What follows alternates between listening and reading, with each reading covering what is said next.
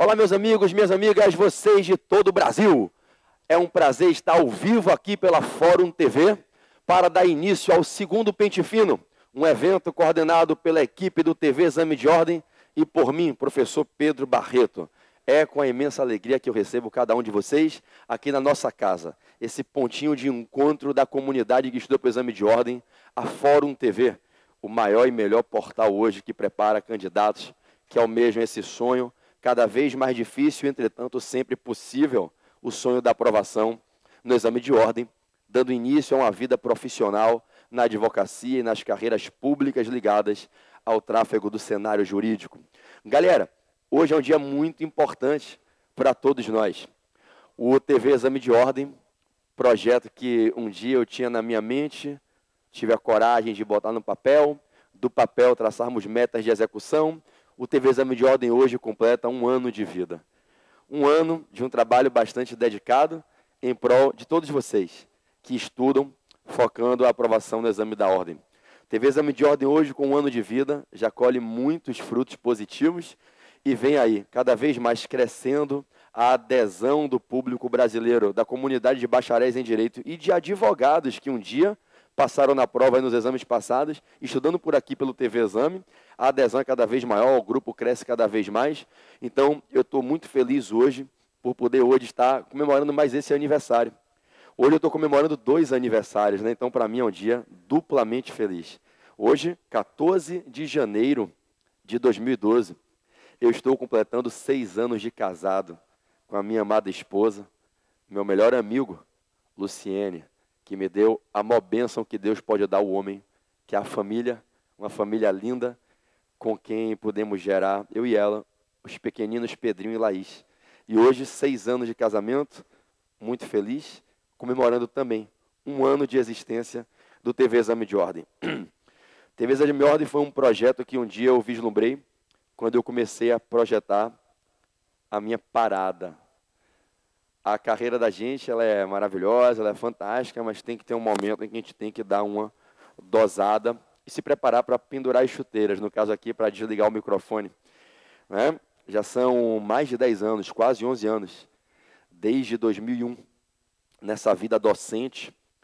E na medida em que meus filhos começam a crescer, eu sinto que é hora de diminuir na sala de aula, para poder dar a eles a atenção que eu venho dando 101% a todos vocês. E quando eu comecei a projetar essa parada, eu vi que eu tinha que buscar um grupo de meninos e meninas brilhantes que pudessem dar seguimento ao sonho de, por ideal, dedicar um tempo, dedicar o know-how, dedicar o suor e o esforço em prol da aprovação dessas pessoas todas aí que saem da faculdade e encontram esse gigante pela frente, que é o Exame da Ordem, que é um gigante que é difícil de ser abatido. Então eu já pensava há bastante tempo, uns 2 anos atrás, em como eu faria. Se eu simplesmente pararia e fecharia uma página na minha vida, ou se eu pegaria um grupo para dar sequência. E pensei em escolher meus ex-alunos. Meninos que eu conhecia, meninos com quem eu desenvolvi aquela relação fraterna que eu tenho com vocês, meus alunos, a relação de professor e aluno, mas, acima de tudo, meninos com quem eu passei a ter um envolvimento na sala de aula, afetivo, emocional, mais forte. Meninos que me conquistaram na sala de aula. São eles que vocês hoje veem no TV Exame de Ordem. Nenhum deles, parentes, não eram meus amigos anteriormente, conhecia cada um deles nos bancos do curso Fórum no Rio de Janeiro. E vi em todos eles algo comum, que era o brilho nos olhos, a ambição de serem grandes pela via acadêmica, o objetivo de se doarem pelo sonho, de construírem uma carreira de professores, de escritores, e eu via neles algo que me fez relembrar do começo da minha vida profissional em 2001, quando eu me formei e comecei a dar aula. O sonho de, através do estudo, construir um castelo, construir um mundo de realizações. O sonho de ser grande através do estudo. E todos eles me provaram isso. Daí que, em dezembro de 2011, eu comecei as conversas para montar essa equipe. Trouxe hoje posso chamar, né? Professor Christian Piccone. Na época, meu aluno, voltava dos Estados Unidos com sua esposa, sua filhinha, e buscando recomeçar sua vida no Brasil, me falou: professor, eu compro essa ideia e eu topo a gente montar o site e vamos botar para frente, vamos montar o grupo. E dali, de uma relação inicial entre eu e o Christian, surgiu a ideia de montarmos o grupo. E dali vieram o Felipe Piccone, o Felipe Bezerra, a Andrea Cabo, a Rebeca Eckstein, o Rodrigo Bessa, o Antônio Pimentel. Depois chegou o Rodrigo Gil. A equipe foi crescendo, chegou a Grazi, que está aí comandando com um brilhantismo incrível a área de ética. O Rafael Dias se agregou ao Antônio na turma, formando a dupla de direito constitucional. E todos eles foram meninos e meninas que eu tive o privilégio de lapidar um pouquinho, de dar um conselho aqui, uma orientação acolá, desde como se comportar, como impor a fala, como estudar, como rabiscar um quadro, como lidar com as adversidades, como lidar com o preconceito inicial, porque de uma hora para outra você de aluno começa a aparecer como alguém que ensina. E é uma fase de transição que você tem que ter muita maturidade, muita humildade, e eles tiveram. E esse grupo se fortaleceu. E em janeiro do ano passado nós oficializamos o início do projeto TV Exame de Ordem. Exatamente há um ano atrás. Um ano se passou, nós aprimoramos muita coisa. O estudo obcecado desses meninos foi algo que eu posso usar a palavra perfeita, comovente. De comover, de encantar. O tanto que eu pude testemunhar ao longo desse ano esses meninos estudando. Já formados, já advogados, e executaram a lição que eu sempre peço aos meus alunos, principalmente, é um pedido que eu faço em todas as vezes, na última aula da segunda fase de Direito Tributário. Eu sei que a imensa maioria dos meus alunos vai sair dali aprovado e vai decolar para a vida profissional. E eu sempre faço um pedido, nunca parem de estudar. Nunca parem de estudar. E essa garotada do TV Exame de Ordem entendeu esse pedido. E não pararam de estudar. Nesse um ano, no curso Fórum, eles foram as figuras mais presentes, assistindo aulas em todas as turmas. Cansei de ver o Christian, a Rebeca, o Bessa, o Antônio.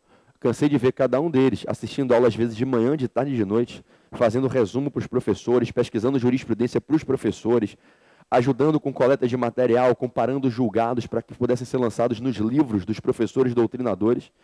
Todos eles agora completando um ano de TV Exame de Ordem, então completando pós-graduações, alguns já caminhando para o mestrado. Todo mundo já escrevendo um artigo por semana, já tem uma produção de quase 40 artigos de cada um deixados esse ano. É visível a evolução que eles tiveram. E hoje é uma equipe na qual eu deposito toda a minha confiança, para que em breve possam ser, quem sabe, os titulares da equipe do curso Fórum, muito em breve.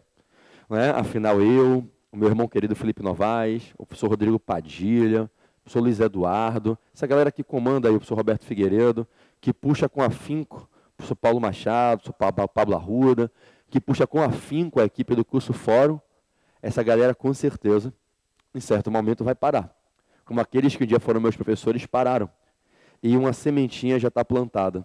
Cabe a eles continuarem com esse sonho, tocando aí com força esse projeto, acreditando neles, como acreditaram desde o início, quando convidei cada um deles, para que em breve sejam, quem sabe, os grandes professores, ou trafeguem entre os grandes do cenário brasileiro. Eu fico muito feliz e todos eles estão me vendo no computador aí fora, eu quero parabenizar vocês, dizer muito emocionado, que eu tenho muito orgulho de vocês. Vocês passaram a ser uma nova família para mim. Estou emocionado. Uma nova família para mim. E o sucesso de vocês, com certeza, é algo que vai me remunerar espiritualmente, vai me compensar muito.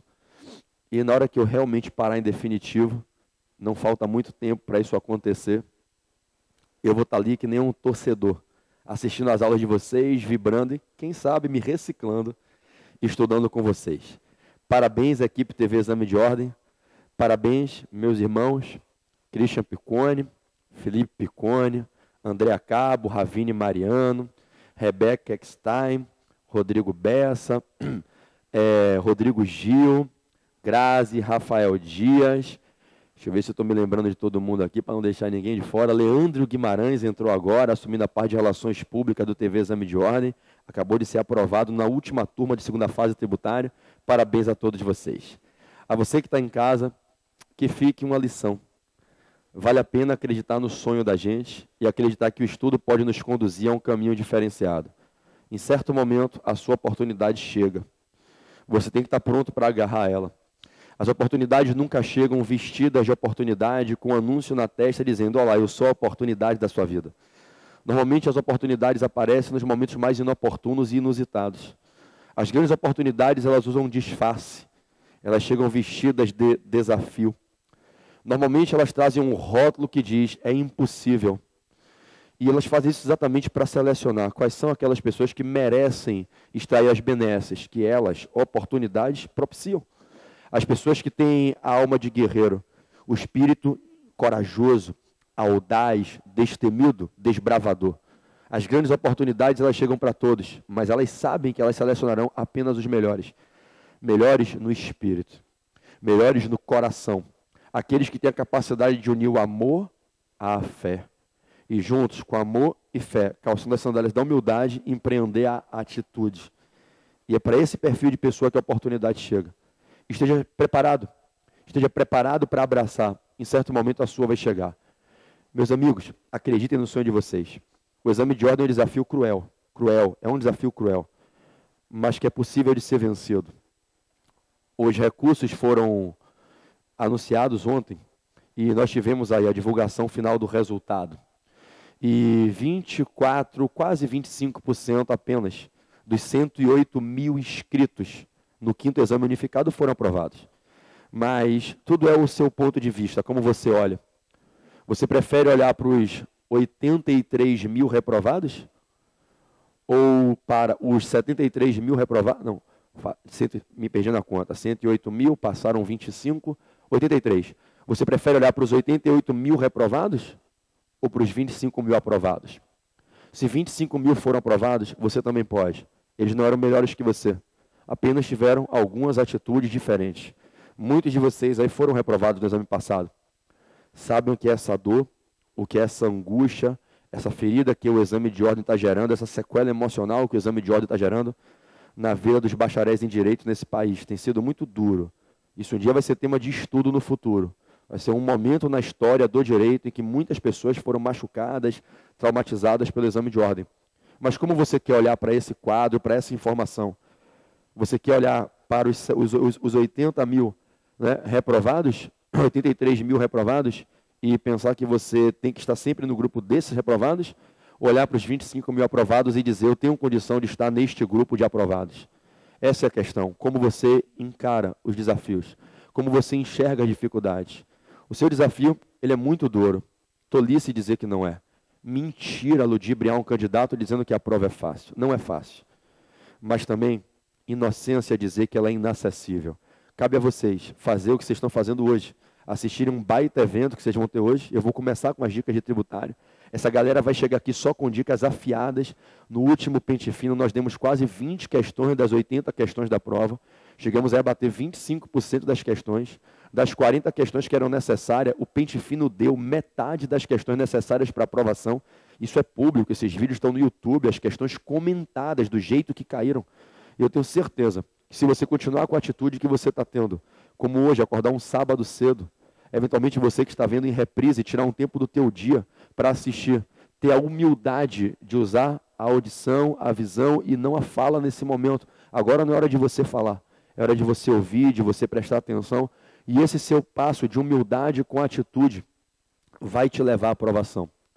Creia que na vontade do Pai, sempre tudo acontece no momento certo. No ministério de Deus, a vida de cada um de nós é guiada, e é guiada com o prumo certo. A caneta do Pai, a caneta de Deus, ela escreve o destino de cada um de nós com as linhas sempre certas. Ainda que no primeiro momento possa se parecer que aquele texto está confuso, mas lá na frente as coisas se encaixam. Como disse em discurso inigualável o sempre já saudoso e imortal Steve Jobs, os pontos da vida sempre se ligam.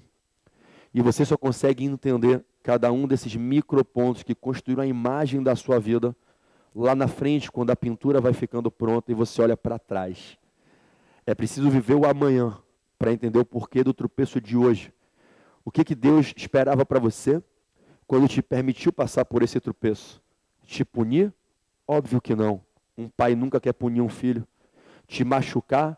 Óbvio que não. O pai de todos nós não quer ver cada um de seus filhos machucado. O que é que ele esperava ao te colocar nessa situação do tropeço da reprovação do exame anterior? Te lapidar, te melhorar, fazer uns pequenos desvios na sua vida para que você tenha um futuro melhor, desde que você faça a sua parte. Se você passasse no exame anterior, tua vida teria um prumo. Passando nesse próximo, vai ter outro prumo.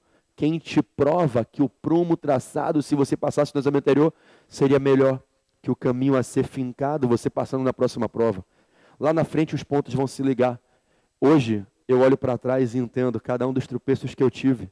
E acreditem, meus amigos, no momento que procurei me lapidar, me desenvolver espiritualmente para poder viver ele, hoje eu agradeço a Deus por todos os meus tropeços. Eu não estaria aqui hoje, eu não seria feliz como eu sou, se eu não tivesse chorado as lágrimas que eu chorei em cada pancada que eu tomei, dura, daquelas de bater no queixo e te jogar no chão. Traição de amigos, traição de sócios. E estou aqui. Hoje eu olho para Deus e falo, eu sou a fortaleza que eu sou, porque eu fui lapidado naquelas quedas. Então, em certo momento da vida, os pontos vão se ligar. Cabe a você fazer a sua parte e estar pronto, para na hora que a oportunidade chegar, agarrar ela. E agora, em 5 de fevereiro de 2012 e 25 de março, vocês têm mais uma oportunidade de conseguirem a aprovação do exame de ordem, virarem essa página do ciclo da vida de vocês como bacharéis em Direito e iniciarem um novo ciclo como advogados, e alguns com certeza vão migrar com velocidade para as carreiras públicas, no Ministério Público, na Delegacia de Polícia, na Defensoria Pública, na Magistratura, na Advocacia Pública, nas carreiras diplomáticas, enfim. Bom, rogo a vocês então que, a partir de agora, possamos buscar pontos que serão eficientes para a sua aprovação. Torço por vocês, o que eu possa falar aqui caia na prova de vocês de tributário, e o que cada um dos meninos aqui, das meninas que integram a equipe TV Exame de Ordem vão fazer, também ajude na aprovação de vocês. Tá legal? Eu vou começar agora falando de direito tributário. Bom, eu quero trabalhar com 3 pontos que foram inseridos, né? Ou melhor, foram desmembrados no edital, e é muito comum que quando um edital de um exame para o outro, de um concurso para o outro, tem pequenas adequações, esses pontos caiam. Se a banca tem o zelo de inserir pequenos detalhes novos no edital, é porque ela tem uma perspectiva de poder abordá-los, cobrá-los na primeira ou na segunda fase. Então, o que eu vou fazer, por uma postura de precaução, é trabalhar com esses pontos que representam inovações na linguagem do edital. No fundo, eram pontos que já estavam implícitos, mas que foram desmembrados e merecem, então, o nosso carinho. E o que eu quero fazer com vocês hoje é atualizar vocês para essas novidades no edital de direito tributário, não é? Para que possamos não passar por surpresas na hora do exame. Durante o dia, ainda vamos ter aqui a presença desse talento, ele é um talento, que é o menino Emerson Fernandes, meu pupilo, minha cria, que vai estar dando algumas dicas também de alguns temas que a gente entendeu que podem ser bem potenciais na prova de tributário. E quem sabe, Pedro Barreto e Emerson Fernandes, juntos em dobradinha, conseguem puxar alguns pontinhos aí da prova de tributário. Primeiro ponto do edital, abre o edital de tributário, está lá, hermenêutica no direito tributário. A hermenêutica na legislação tributária. Interpretação, integração, aplicação e vigência da legislação tributária. Vamos lá, minha primeira dica para vocês. Galera, o edital começa com hermenêutica no direito tributário. O que é hermenêutica? Hermenêutica é uma ciência que tem uma série de técnicas desenvolvidas pelo seu fundador, que emprestou seu nome como nome para a ciência, Hermes. Hermes, pai da ciência da hermenêutica, desenvolveu uma série de critérios para que, por via deles, se pudesse desenvolver a atividade de interpretação das leis. A hermenêutica é a ciência que ensina os caminhos, as metodologias para que possamos, no manuseio delas, interpretarmos as leis. Qual é a diferença entre hermenêutica e interpretação? Interpretação é uma atividade prática, atividade com a qual nós, humanos, buscamos entender, compreender, desvendar o verdadeiro sentido das normas, que muitas vezes restam obscuras, confusas, por trás dos textos que são expostos nas leis. Interpretar é desafiar o texto, é olhar para a gramática, texto, articulado de palavras, linguagem, para que consigamos entender qual é a norma, qual é a vontade jurídica de reger um fato social. O texto é um mero articulado de palavras que tenta expor, tenta vender, tenta externar a norma. A norma é a vontade jurídica externada pelo povo, através de lei povo, para disciplinar um fato social. A lei é o veículo que carrega o passageiro chamado norma, que se tenta demonstrar através de uma ferramenta chamada texto. A lei traz a norma, e para você enxergar a norma, se usa o texto. O texto é o articulado gramatical de palavras, com as quais, em linguagem escrita, se tenta exteriorizar a norma. Nem sempre, quando olhamos para a lei e passamos a ler o texto, conseguimos, de primeira, entender o verdadeiro sentido da norma. Mas precisamos alcançar a verdadeira expressão da norma, porque é essa norma que rege o fato. Daí que é preciso que desenvolvamos uma atividade, que é a atividade com a qual buscamos entender o verdadeiro sentido da norma por trás do texto, para que, lendo o texto, descobramos o verdadeiro teor da norma e apliquemos a norma de modo correto no caso concreto, fazendo a vontade jurídica popular prevalecer. Esta atividade de interpretar o texto para extrair o verdadeiro sentido da norma se chama interpretação. A interpretação se faz com a base de critérios científicos. Muitas vezes fazemos interpretações extensivas, estritas, restritivas, teleológicas, lógico-sistemáticas, históricas, meramente gramaticais. A ciência que ensina os caminhos para a interpretação é a hermenêutica. Do que se fala quando se fala em hermenêutica no direito tributário? Do conjunto de regras que ensinam a como se fazer a interpretação da legislação tributária. Então você está conhecendo o primeiro ponto do edital, hermenêutica fiscal, hermenêutica no direito tributário. Não é? Então, a hermenêutica no direito tributário é o conjunto de regras, o conjunto de normas próprias que ensinam a como se interpretar a legislação tributária, para que na interpretação adequada e nos termos que tem que ser feito da legislação tributária, possamos extrair o verdadeiro sentido das normas tributárias e possamos ter a aplicação das normas tributárias regendo as relações tributárias pela forma correta. Isso é hermenêutica tributária, o conjunto de regras que ensinam, regras e princípios que ensinam como interpretar a legislação tributária para aplicar as normas que estão na legislação tributária de modo correto às relações jurídico-obrigacionais tributárias. Beleza? Bom, o nosso Código Tributário Nacional consagra algumas regrinhas de interpretação da legislação tributária. Essas regrinhas, desculpem, se encontram postadas dos artigos 109 ao 112. São 4 artigos importantes, 109, 110, 111 e 112, que são as regrinhas básicas de interpretação da legislação tributária. É disso que eu quero falar. Parênteses, vamos erguer uma preliminar. O que é legislação tributária? Também é tema do edital, está lá destacado no edital, legislação tributária. Legislação tributária é uma expressão que nós utilizamos para que com essa expressão, legislação tributária, designemos todo o acervo, todo o conjunto de fontes normativas que disciplinam as relações tributárias. De novo, abre teu coração, irmão. Direito tributário é uma matéria apaixonante. Essa galera que vai falar com vocês hoje, Rebeca Eckstein, empresarial, Ravine Mariano, em penal, Felipe Piccone, em direito administrativo, Antônio Pimentel, em constitucional, todo mundo foi cria do PB, na segunda fase de direito tributário. Tributário é apaixonante, parceiro. Abre teu coração para tocar tua alma. Legislação tributária é a expressão que a gente utiliza para que com ela designemos o conjunto de todas as fontes normativas que disciplinam as relações tributárias. Nesse compasso, a legislação tributária é mais do que apenas, meramente, por exemplo, a lei tributária. A lei tributária é um filhote desse clã chamado legislação. A legislação tributária compreende, envolve, assambarca as leis tributárias, os tratados e convenções internacionais em matéria tributária, os decretos e até mesmo aquelas normas complementares, aquelas fontes infralegais secundárias. Então, na tua prova, legislação tributária pode cair. E tem um conceito para a legislação tributária. Está no edital. Legislação tributária, a legislação tributária compreende as leis, os tratados e convenções internacionais, os decretos e as normas complementares. Vocês vão encontrar no CTN, no livro 2º do CTN, na parte especial do CTN, do artigo 96 ao 208, vocês vão encontrar o primeiro título do livro 2º, ele se chama Legislação Tributária. E ele vai do artigo 96 ao 112. O conceito de legislação tributária já no artigo 96. as normas de interpretação da legislação tributária no 109, 110, 111 e 112.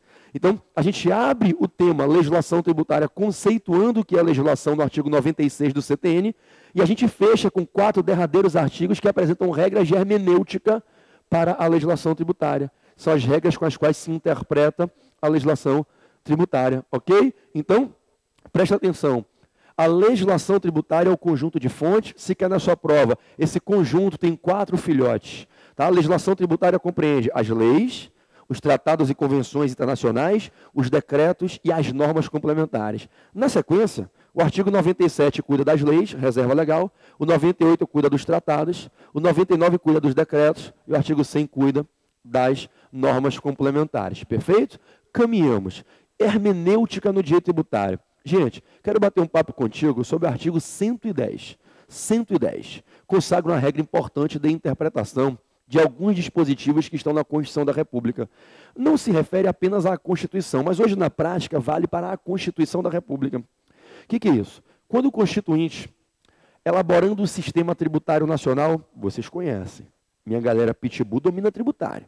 Quando o Constituinte elabora o sistema tributário nacional, artigos 145 a 162, 145 a 162, o Constituinte institui as competências para que se criem, para que cada um dos entes crie seus impostos, seus tributos em geral.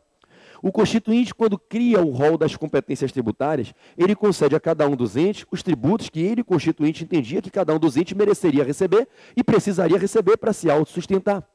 O Constituinte, então, por exemplo, chega lá no artigo 153 e diz: compete à União instituir impostos sobre importação, exportação, renda, produtos industrializados. Vai no artigo 155 e diz: compete aos estados impostos sobre transmissão, causa mortes e doação, operações de circulação econômica de mercadoria e prestações de serviços de comunicação e transporte intermunicipal e interestadual, propriedade de veículo automotor. Vai no 156 e diz: cabe aos municípios impostos sobre serviço, propriedade de imóvel em área urbana, enfim. O Constituinte institui as competências, dizendo a cada um dos entes quais são os tributos que ele pode utilizar, mas venha além no pensamento para entender o artigo 110 do CTN. Quando o Constituinte distribui as competências, quando o Constituinte diz a cada um dos entes quais são os impostos que eles podem utilizar, o Constituinte não está escolhendo apenas impostos. Naquele momento em que o Constituinte diz quais são os impostos de cada ente, o que o Constituinte está fazendo é dispor de mais do que isso. O Constituinte está escolhendo quais são as pessoas da sociedade que vão suportar o dever de, pagando imposto, sustentarem, ora um município, ora um estado, ora a União. Ao dizer que o município será bancado com IPTU, ITBI e ISS, o Constituinte não escolheu apenas impostos, ele escolheu pessoas. Ele escolheu condutas. O Constituinte diz: olha, a pessoa que tem o privilégio, num país de desempregados, em que a livre iniciativa é uma utopia, uma pessoa que consegue prestar serviços e ser remunerada, ela consegue trocar o suor por pagamento, ela é uma pessoa que demonstra capacidade de contribuir. Então o Constituinte convoca o grupo na sociedade, que é o grupo dos prestadores de serviço, e diz: vocês cumprirão o fardo de financiar o orçamento municipal. Juntamente com os adquirentes que adquirem em vida onerosamente imóveis e TBI, e com aqueles que conseguem ao longo do tempo se manterem proprietários de um imóvel, sem precisarem vender o imóvel que tem na área urbana para poder comer, sobreviver. Eles conseguem ao longo da vida, ano após ano, se manterem titulares daquele imóvel. O capital fica imobilizado e eles não precisam vender aquilo para continuar a viver. Eles conseguem viver independente do capital parado no imóvel. É um fato revelador de poder econômico. Então, quando o Constituinte fala IPTU, ITBI e ISS, ele não está escolhendo apenas impostos. Ele está escolhendo quais são as pessoas do povo que vão receber o fardo no colo, o fardo de contribuírem para financiar o orçamento munícipe em quaisquer dos municípios brasileiros. Quando o Constituinte vai no artigo 155 dos impostos estaduais e diz: compete aos estados ICMS, ITD e PVA, o Constituinte escolheu pessoas, aqueles que recebem bens de graça, herdeiros, legatários, donatários, aqueles que no país de quem anda a pé, quem espera o ônibus no ponto, quando o ônibus passa, consegue ter um veículo automotor terrestre, aqueles que conseguem ser empresários e fazer operações habituais com fim lucrativo de circulação de mercadoria. Então o Constituinte escolhe pessoas. E aí entenda, quando o Constituinte, então, institui as competências, apresenta os impostos, declarando essa moldura, né, de quais são as condutas tributáveis, é o auferir renda, é o ter grande fortuna, é o receber herança, diz quem são as pessoas que serão alvejadas com os atos estatais de imposição, quem serão as pessoas que suportarão o dever de pagar imposto. Quando o Constituinte faz isso, quando o Constituinte faz essa escolha, o que ele usa? Ele usa uma linguagem. Ele usa nomenclaturas, imposto sobre serviço, imposto sobre doação, imposto sobre renda, imposto sobre circulação de mercadoria. O Constituinte usa conceitos, ele usa institutos, formas do direito privado. E quando o Constituinte usa conceitos, institutos e formas que são consagrados no direito privado, escolhendo esses conceitos, esses institutos, essas formas, a herança, o serviço, a doação, a renda, a propriedade, a mercadoria, e traz esses conceitos, institutos e formas para o texto constitucional, na hora que ele define competências, você tem que se indagar. No que o Constituinte pensou quando ele falou em doação? Qual é a definição? Qual é o conteúdo? Qual é o alcance da expressão doação? Cada um de nós pode, no livre direito de pensar, querer atribuir certo significado para a doação. Todavia, prevalece na comunidade jurídica que doação é um contrato unilateral, gratuito, pelo qual alguém, em autonomia de vontade, em liberalidade, transmite bens de seu patrimônio para o de outro, em que os aceita. Doação você pode pensar de um jeito, eu de outro, ser o professor da faculdade de outro, mas nós temos um conceito transsecular de doação. O direito privado, historicamente, consagra qual é a definição de doação, qual é o conteúdo desse contrato de doação, qual é o alcance que ele tem. Então, quando o Constituinte traz a expressão doação para dentro do texto, definindo a competência, o Constituinte está usando doação para escolher um perfil de pessoa da sociedade que vai pagar imposto. É o donatário, eventualmente o doador em solidariedade, mas em regra o donatário. Você não pode, querer manipular esse conceito no que tange a definição, ao conteúdo e ao alcance dele. Doação está no Código Civil, artigo 538 a 564, e tem uma definição exaurida. Então, o que é que faz o CTN numa regra de interpretação? O CTN, preocupado, o legislador do CTN, Rubens Gomes de Souza, preocupado com a possibilidade perigosa, anárquica, de as pessoas quererem manipular os conceitos de direito privado que estão na Constituição, o CTN criou uma regra hermenêutica basilar do direito tributário. E disse assim, é defeso, é proibido, é vedado a quem quer que seja modificar a definição, o conteúdo e o alcance que o direito privado atribuiu a institutos, a conceitos, a formas que estão colocadas na Constituição para a definição de competências tributárias. De novo, é proibido, leiam, abram o CTN, leiam, pegam um vadimeco, um CTN aí, leiam o artigo 110 do CTN. É proibido, é defeso modificar a definição, conteúdo e o alcance de conceitos, institutos ou formas de direito privado, quando estes estão utilizados na Constituição, poderiam ser em constituições estaduais, leis orgânicas, municipal, distrital, para definir competências tributárias. Hoje, na Constituição da República, quem define competência tributária hoje é a Constituição da República. Então, o que o CTN está querendo para a gente encerrar esse artigo 110 é o seguinte, é dizer, ninguém pode brincar de manipular os conceitos que estão na Constituição, na definição de competências. Porque alterar a definição, alterar o conteúdo, alterar o alcance, poderia ser criar uma competência tributária nova. Então, quando a Constituição diz imposto sobre serviço, o ISS vai incidir sobre quem presta serviço. Mas o que é prestar serviço? Não é o que eu ou você queiramos que seja.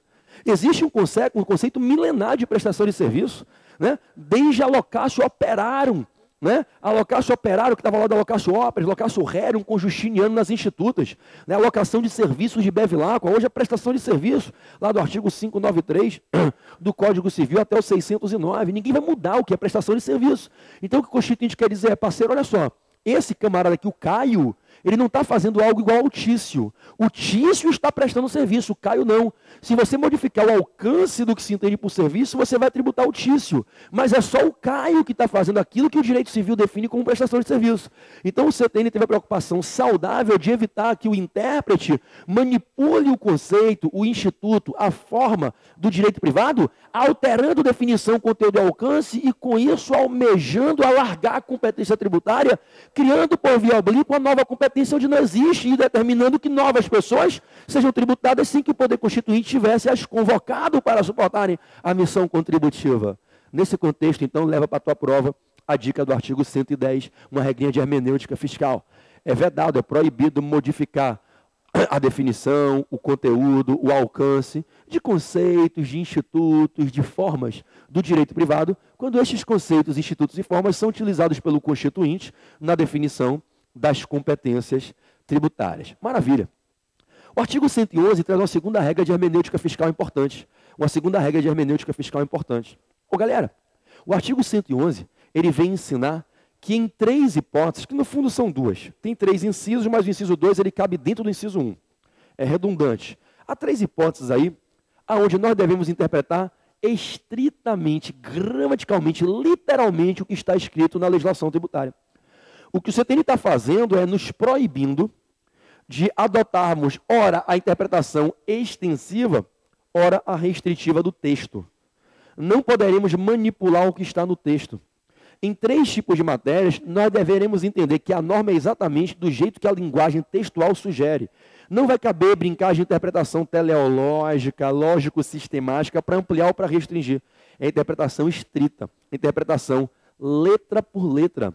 Literis ipsi literis. Interprete do jeito que está escrito. Quais seriam as matérias para as quais o legislador se preocupou em vedar que o intérprete, que o magistrado, que o advogado da União, que o ministro do Supremo, que o advogado do escritório, que eles modifiquem o texto da legislação? Não pode, parceiro. Está ali, ó. Foi feita a isenção, foi concedida a isenção, a dispensa de pagamento, a renúncia de receita pública. Foi feita a isenção para os empresários do perfil A e do perfil B, que cumpriram as obrigações C e D. Amigo, se tu é empresário do perfil C, tu não é do perfil A e B, tu não está isento. E se tu é empresário do perfil A e B, mas não cumpriu as obrigações C e D, cumpriu C e J, não é o que está na lei. Você não está isento. Não se pode interpretar extensivamente, querer dizer que a norma é maior do que o texto, maximizar o texto, implicitamente dizer, olha, o texto é menor do que ele tinha que ser, a vontade normativa é maior. Em algumas matérias isso não pode ser feito. Na sua prova, quando é que se obriga à interpretação estrita ou literal? Primeiro inciso do artigo 111. Quando tivermos fontes normativas que venham a dispor sobre suspensão e exclusão do crédito.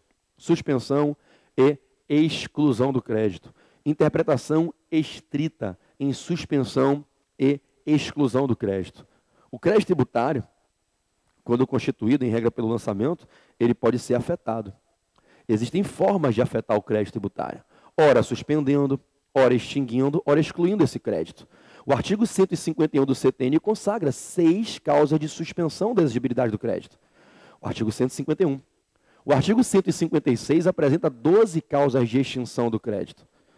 E o artigo 175, 2 causas de exclusão. As causas de suspensão, as 6 primeiras dessas 20.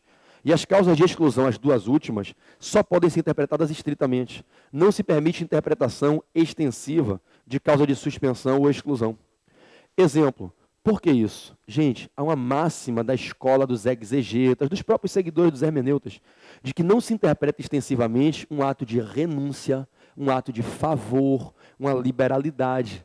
Um ato pelo qual você só está perdendo para ajudar as pessoas.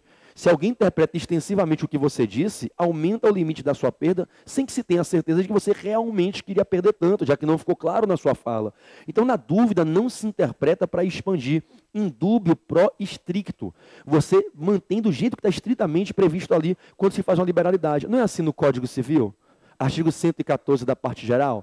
Os negócios jurídicos benéficos e as renúncias se interpretam estritamente. Também é no direito tributário. As causas de exclusão do crédito são renúncias de receita, isenção e anistia. As causas de suspensão são favores que vão fazer com que o crédito fique suspenso e o fisco não possa executar, protegendo-se o contribuinte temporariamente, que fica albergado com a proteção que lhe liberta de uma temporária execução. Então, a suspensão e a exclusão do crédito, normas que venham a falar sobre elas, os textos se interpretam estritamente. O inciso 2 é uma redundância do inciso 1 no artigo 111. O inciso 2 ele diz, se interpreta estritamente, literalmente, dispositivo sobre isenção. Isenção nada mais é do que uma via para promover a exclusão do crédito. Então, a isenção também se interpreta estritamente. Está dentro do inciso 1, suspensão e exclusão. E, por fim, o inciso 3, as dispensas de obrigações acessórias. As dispensas de obrigações acessórias. As dispensas de obrigações acessórias são atos excepcionais. Não é comum a legislação dispensar uma obrigação acessória. Isenção é uma dispensa de obrigação principal, uma renúncia de receita, dispensa de pagamento. Agora, o que é uma dispensa de obrigação acessória? A legislação tributária permite que você não tenha que cumprir certo procedimento. As obrigações acessórias são procedimentos que nós temos que cumprir ligados à ideia do poder de polícia, a fiscalização empreendida pela administração pública em matéria tributária. Quando a administração fiscal nos fiscaliza, nós temos que cumprir certos procedimentos, emitir uma nota, escriturar um livro, expedir uma guia, entregar uma declaração, prestar uma informação à administração pública. A dispensa da obrigação acessória é algo excepcional, porque ela significa que ficou elidido o exercício do poder de polícia. Todavia, quando feita, A dispensa será no limite do que foi escrito na legislação. Não cabe interpretar extensivamente uma dispensa de obrigação acessória, para, na dúvida, você libertar o cara de cumprir procedimentos nos quais ele se submete ao poder de polícia da administração. Não se liberta do poder de polícia na dúvida, por presunção. Então, é uma exceção libertar a pessoa de cumprir o poder de polícia. Então, como qualquer exceção, em dúbio, na dúvida, em dúbio pro regra. Na dúvida, você interpreta a favor da regra e não da exceção. Porque se em qualquer dúvida você interpretar a favor de criar uma nova exceção, você bagunça o sistema e anarquiza a segurança jurídica do sistema jurídico. Então, quais são as 3 matérias que estão aí no 111 que se interpretam literalmente? Normas de suspensão e exclusão do crédito, normas de isenção e normas que apresentem dispensas de obrigações acessórias. Estamos juntos, galera? Maravilha. Sobre hermenêutica e interpretação, eu queria então destacar esses artigos 110 e 111 com vocês. Vou falar um pouquinho agora de direitos humanos e tributação, que vem na sequência. O mínimo existencial, a justiça fiscal, direitos humanos e tributação.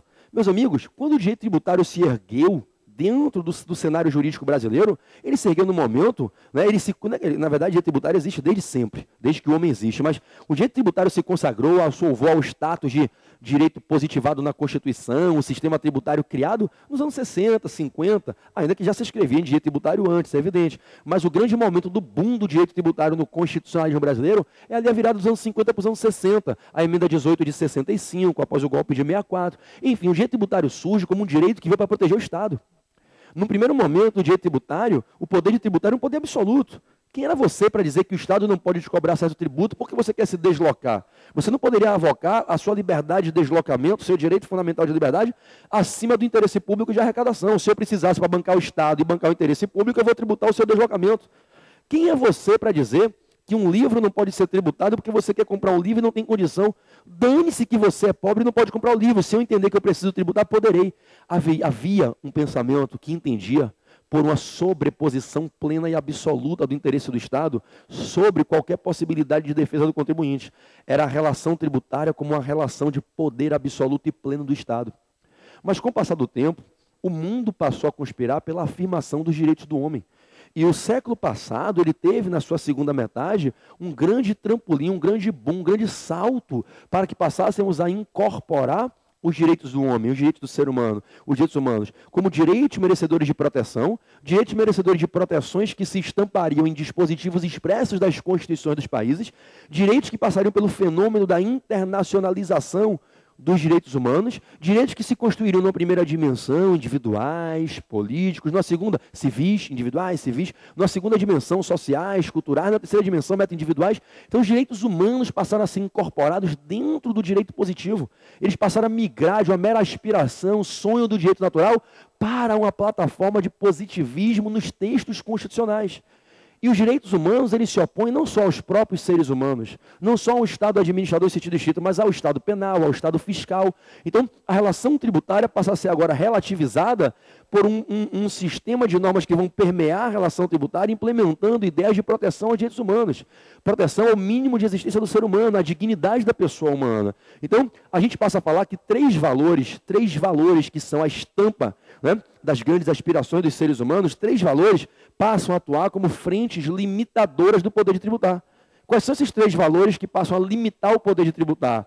A liberdade, a igualdade, que migra para o valor justiça, e a fraternidade, que migra para o valor solidariedade e puxa a segurança jurídica. De novo, qual é o triângulo? Liberdade, justiça e segurança jurídica, tá? A gente passa a impor na nossa Constituição um conjunto de normas, de ferramentas que limitam o poder de tributar do Estado, para que o poder de tributar sofra limitações, de modo a que preservemos a liberdade, a justiça e a segurança jurídica. A estampa liberdade, justiça e segurança jurídica nada mais é do que uma adequação, uma mutação oportuna, eficiente, do velho eco, do grito dos franceses, né, quando proclamavam por liberdade, igualdade e fraternidade. A nossa carta, no artigo 3º, quando narra os objetivos fundamentais dessa república, ela pregou no primeiro inciso, é o primeiro objetivo fundamental. Temos todos nós, sociedade e Estado, que construímos uma sociedade livre, justa e solidária. Então, nós passamos a falar de direitos fundamentais de primeira, segunda e terceira geração, direitos que integram o rol da proteção, da tutela da pessoa humana para limitar o poder de tributar. Daí que nós temos a criação de mecanismos que vão proteger a liberdade, a igualdade, a justiça e a fraternidade, solidariedade e segurança jurídica. São os princípios e imunidades tributárias, princípios e imunidades que ora preservam a liberdade, ora preservam a justiça, ora preservam a fraternidade, a segurança jurídica.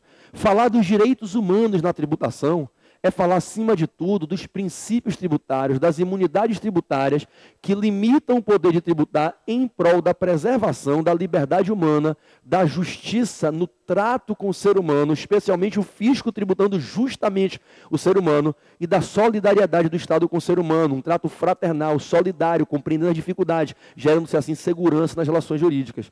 Quando você estuda, por exemplo, um princípio como um princípio que exige uma anterioridade de aviso e só permite uma posterioridade da tributação, você quer gerar segurança na relação jurídica, exigir do Estado um trato solidário, fraternal com o ser humano. Então, um princípio que impõe a anterioridade do aviso e só permite tributar depois, ele busca resguardar o direito individual do ser humano, de cada um de nós, gente de primeira geração, de podermos nos prepararmos para entregarmos ao Estado parte da nossa renda, parte da nossa riqueza, do patrimônio. Eu tenho o direito de me preparar para não ser surpreendido gravosamente e poder, sem prejudicar minha família, minha empresa, dar ao Estado a nova riqueza que ele passou a me exigir, até então eu não sabia. O princípio da anterioridade é um princípio de segurança jurídica, protege o direito fundamental de não surpresa, garantia individual consagrada. Lá atrás, na DIN 939 e recentemente na DIN 4661, com medida cautelar do Distrito Federal, onde eu tive a honra de ter sido citado pelo ministro Celso de Mello, num voto poético, lindo que ele fez.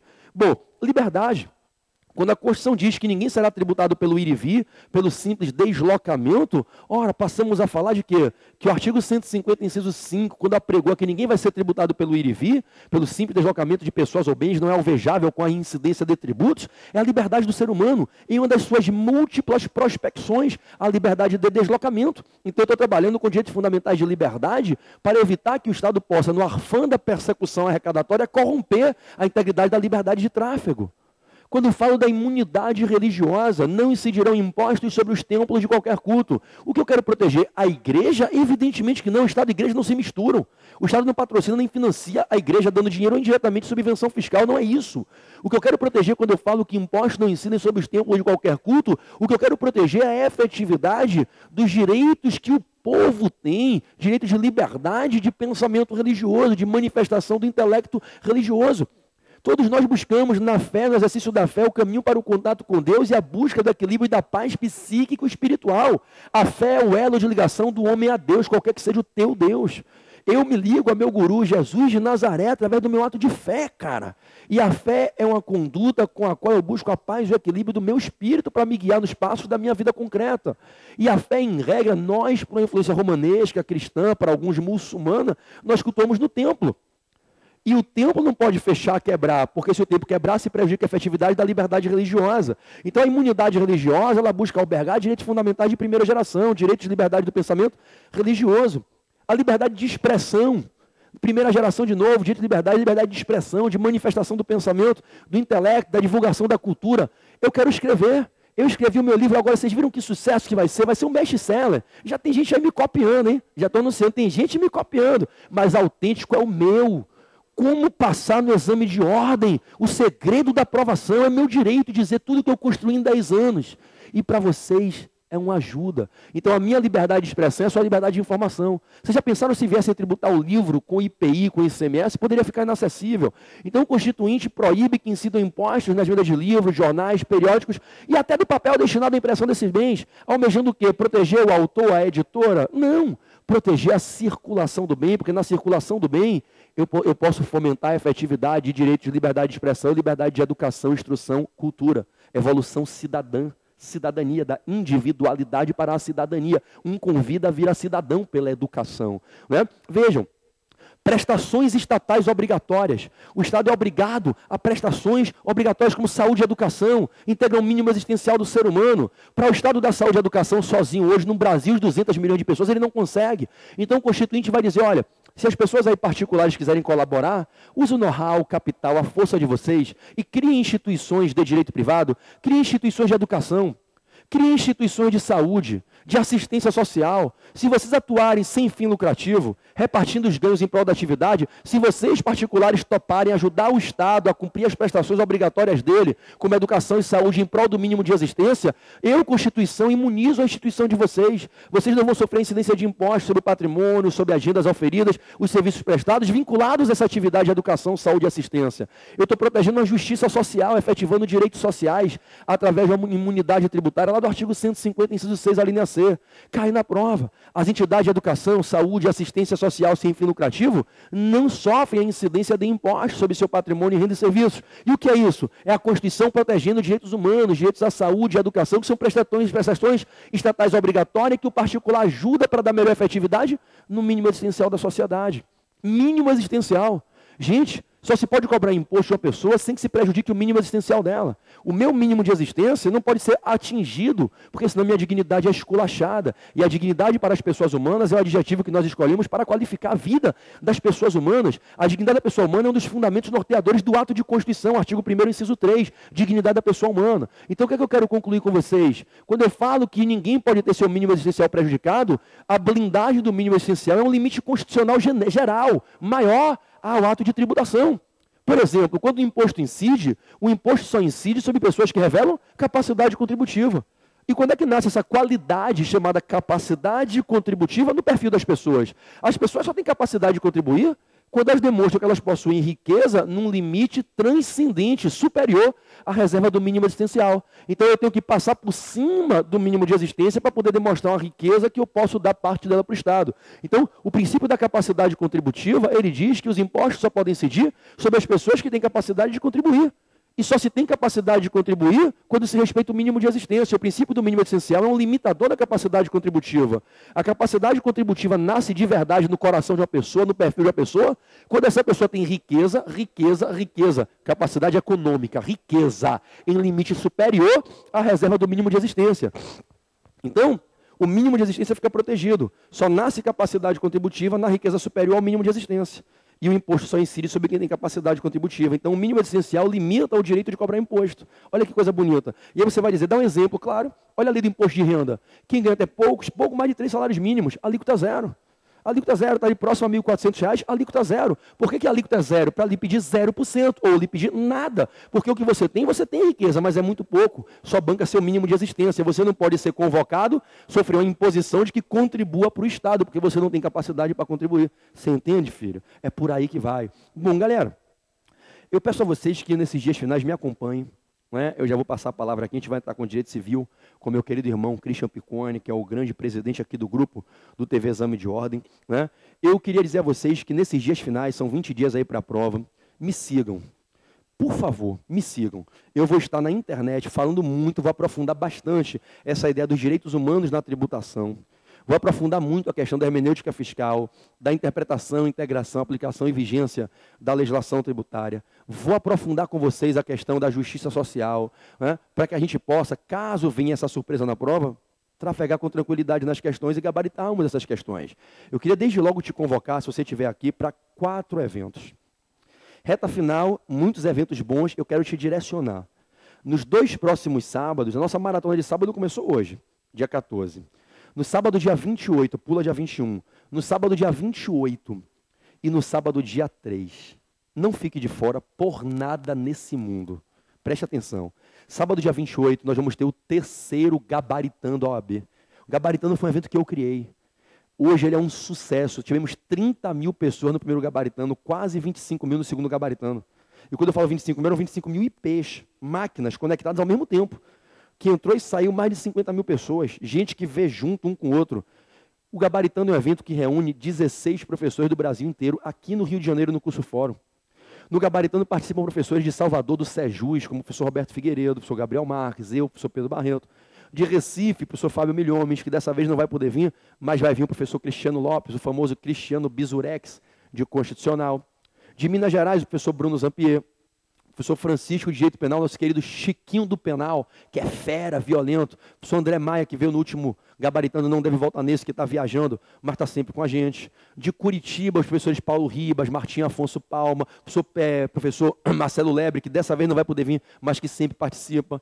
Aqui do Rio de Janeiro, eu, Rodrigo Padilha, Felipe Novaes, Juliana Monteiro, Pablo Arruda, Rodrigo Belo, essa galera, professor Luiz Eduardo de Jesus, melhor professor de Direito Administrativo desse país, melhor segunda fase de administrativo do Brasil, tem muitas boas, a do cara é insuperável. Né? Então, o que eu quero colocar para você, meu parceiro? Dia 28 você tem um compromisso aqui na Fórum TV. Tem um pequeno valor de adesão. A gente não pode ficar todo fim de semana botando evento gratuito, porque isso tem um custo de banda. Na verdade, eu não estou fazendo esse evento de graça para vocês. Eu estou pagando por esse evento. Porque eu pago por minuto navegado por cada um de vocês. Isso aqui tem um custo de mais de 20 mil reais para a empresa fazer esse evento. Né? Então, o resultado, dia 28 é o Gabaritando AB. Eu quero que você assista das 8 da manhã até às 18h30. As inscrições vão começar no site essa semana da Fórum TV, PagSeguro, cartão de crédito ou boleto. No dia 3, dia 4, véspera da prova, nós temos a super revisão final, que eu abro ela às 8 da manhã, abro o Gabaritando também, eu estou sempre abrindo os eventos, né? E aqui eu abro em Salvador, aqui no Rio, porque eu tenho que ir depois para a revisão de Salvador e de Recife. Então, dia 4, sábado, revisão final, aqui na Fórum TV, todo mundo, me ajude a divulgar. Me ajude no Facebook a divulgar para a gente puxar a galera inteira para a super revisão do curso Fórum. Aqui não tem banda, não tem musiquinha, porque sábado não é dia de ouvir banda, meu amigo. Comemorar de véspera, peru morre de véspera. Aqui não tem negócio de showzinho, de musiquinha, isso é maluquice, meu irmão. Aqui o negócio é direcionamento e foco, parceiro. Treinamento profissional para a galera faixa preta, black belt. Esse negócio que o nego está inventando de meter banda em revisão final, isso é maluquice, meu irmão. Tira o foco. Aqui é treinamento até o último momento, até arrancar teu suor até 7 horas da noite com dicas focadas. Então, dia 4 é a melhor revisão do Brasil há anos. O nego tenta fazer o que quer para derrubar a gente, não consegue. Né? Então, você na Fórum TV. E tem o PB gravou 3 super revisões particulares minhas. Assista que você vai amar. Você não vai se arrepender. Minha super revisão de direito constitucional, minha super revisão de ética e minha super revisão de administrativo. Em regra, elas gabaritam de 50% a 70% da prova nessas matérias. Te espero lá. Na minha supervisão, você compra pela Fórum TV, valores simbólicos de adesão, R$ 35, 40, 45 reais cada revisão dessa. Tá legal? Um beijo no coração de vocês, que o sábado seja maravilhoso. Quero receber aqui com muito carinho meu irmão querido, Christian Piccone, né? Que uma das maiores bênçãos em minha vida foi você ter voltado para o Brasil. Eu agora estou indo para os Estados Unidos, né? A gente está trocando de papel. Você voltado, uma excelente pessoa, um bom pai, tem uma filhinha linda, um casamento maravilhoso, muito iluminado, um menino que estuda aí como pouca gente, e nas mãos de Cristo Jesus, meu irmão, você tem uma carreira linda. Amém. Continue no seu passo de estudar, que o Pai vai te conduzir a muito sucesso, viu? Vou te passar o microfone. Galera, foi um prazer estar com vocês. E não estou indo embora não, eu vou aqui para o estúdio do lado, gravar uma aulinha para a galera aí da segunda fase tributária. Eu já estou atualizando o meu curso da segunda fase, gravando aulas novas, tá legal? Beijo no coração de todos. Tanque de guerra no peito, Superman no coração.